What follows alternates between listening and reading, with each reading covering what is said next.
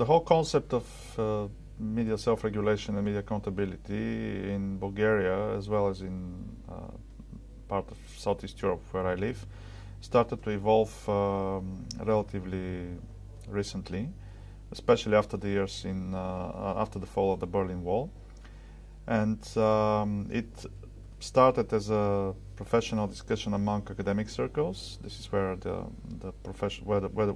discussion started, and gradually evolved into adoption of code of ethics and mechanisms how to implement those code of ethics, which of course, looking now at 2011, are of different stages of success.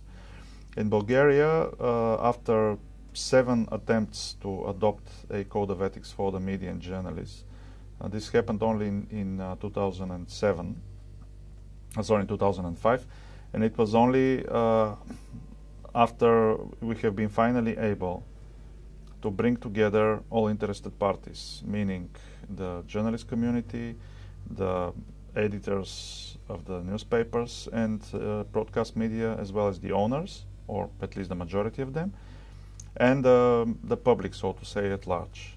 It was only then when we have been able to finally have this code of ethics signed by most of the media in Bulgaria, and then subsequently a mechanism, which in our case is a press council, was also introduced to observe whether the principles of the code of ethics are implemented or not.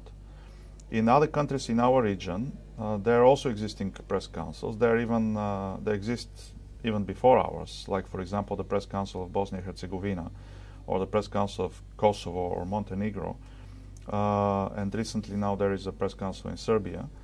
But all of those 4, they were established with the major role of the international community in those respective countries. As you see, these are all countries in post-conflict situation. So it was the international community that introduced the media accountability system there, and in some of the cases they just copied an existing model, like for example in the case of Bosnia and Herzegovina, they just copied the model of the Press Complaints Commission of the UK, even for the first 3 years of the operation of the Press Council in Bosnia and Herzegovina. The chair of the Press Council was one of the founders of the Press Complaints Commission in the UK.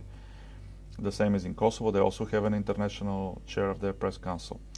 So the problems at the moment, as I see them, they go in several directions. First of all,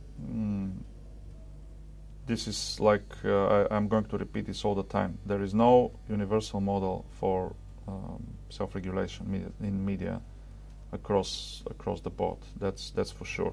And even in our small area, which is Southeast Europe, the Balkans, even there, in this small territory, you have different models of self-regulation. It very much depends on the local culture, local political, economic features. So you could hardly find a unifying line that unifies the practice of all these press councils. What is important, of course, is that we all subscribe to a certain set of principles that are, let's say, 5 or 10, not more. But in the implementation and in the details, this is where we all differ. The main problem for the media accountability systems in our region, in Southeast Europe, is first of all still not very much public awareness about the existence of such mechanism.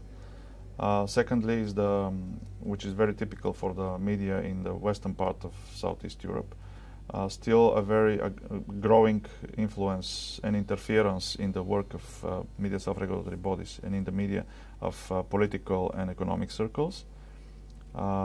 Still very strong dependence on political party will, if you want to say even like that, and also lack of financial resources so that these bodies could operate independently.